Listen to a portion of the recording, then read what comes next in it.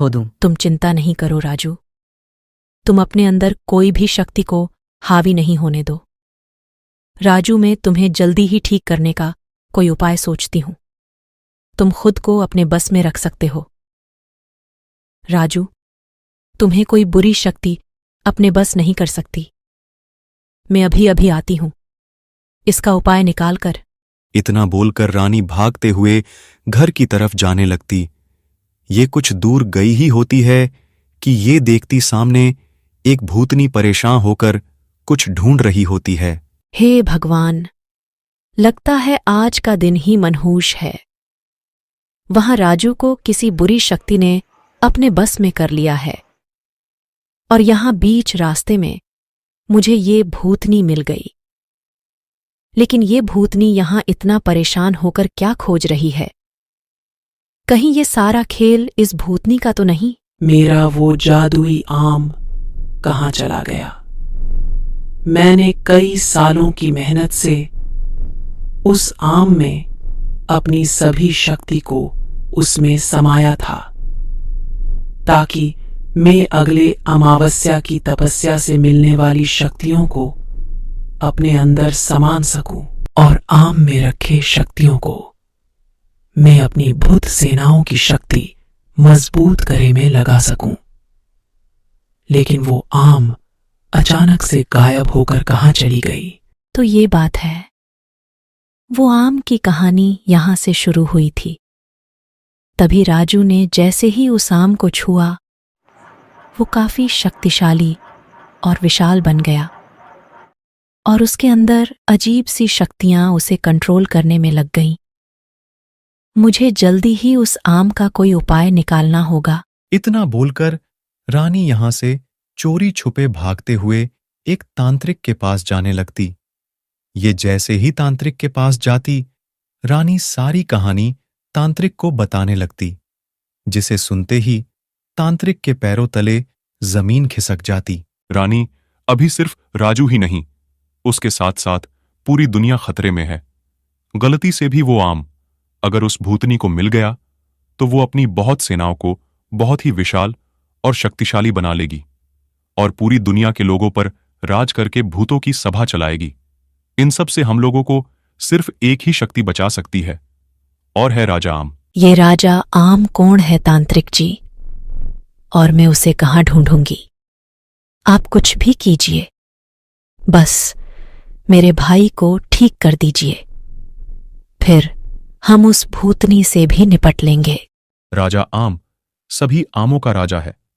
सिर्फ यही है जो उस आम के अंदर की भूतियां शक्ति को खत्म करके राजू को ठीक कर सकता है। नहीं तो उस आम जो कोई भी छुएगा वो बहुत शक्तिशाली और विशाल हो जाएगा। फिर धीरे धीरे वो अपना आपा खोकर एक खूंखार शैतान बनकर उस दुनिया के लोगों का विध्वंस करने लग जाएंगे। लेकिन तांत्रिक मेरे राजू का क्या होगा?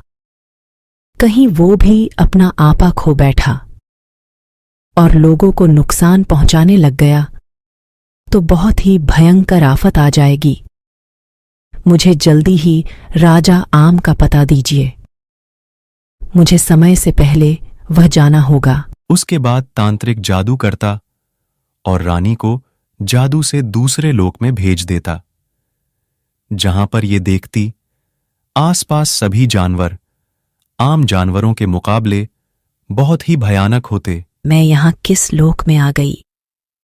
और ये जानवर इतने विशाल और खूंखार, कैसे इनके चपेट में? अगर मैं गलती से भी आ गई तो ये मेरी चटनी बना देंगे। मुझे संभल कर रहना होगा। इतना बोलकर रानी राजा आम को ढूंढने के लिए निकल लेती। ये कुछ दूर गई ही होती है कि वहां देखती उसके सामने एक बहुत ही विशाल आम चमक रहा होता। अरे बाप रे, इतना विशाल और चमकीला आम कहीं? यही तो राजा आम नहीं। मुझे इनके पास जाना चाहिए और इनसे मदद की गुहार लगानी चाहिए। इतना बोलकर ये आम के पास जाती और बोलती, राजा आम, हमारी मदद कीजिए, हमें बचा लीजिए। मेरा भाई बहुत ही मुश्किल में फंस गया है, उसे और पूरी दुनिया को बचा लीजिए।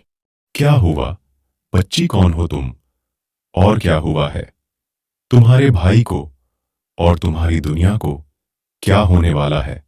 मुझे अच्छे से समझाओ ताकि मैं तुम्हारी मदद कर पाऊं। उसके बाद रानी सभी बातें विस्तार से राजा आम को बताने लगती, जिसे सुनने के बाद राजा आम बोलता, तुम चिंता नहीं करो रानी, तुम सही समय पर यहां आ गई।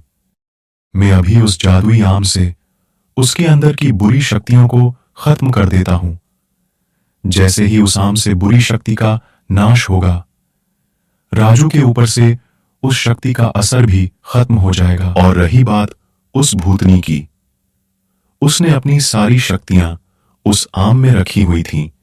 जैसे ही उस आम की शक्ति नाश होगी, उस भूतनी का भी अंत हो जाएगा। इतना बोलते ही राजा आम अपनी जादुई शक्तियों से उस आम के ऊपर हमला करता, जिससे सभी बुरी शक्तियों का नाश हो जाता और देखे ही देखते राजू अपने असली रूप में आ जाता और वही वो भूतनी हमेशा हमेशा के लिए इस दुनिया से चली जाती।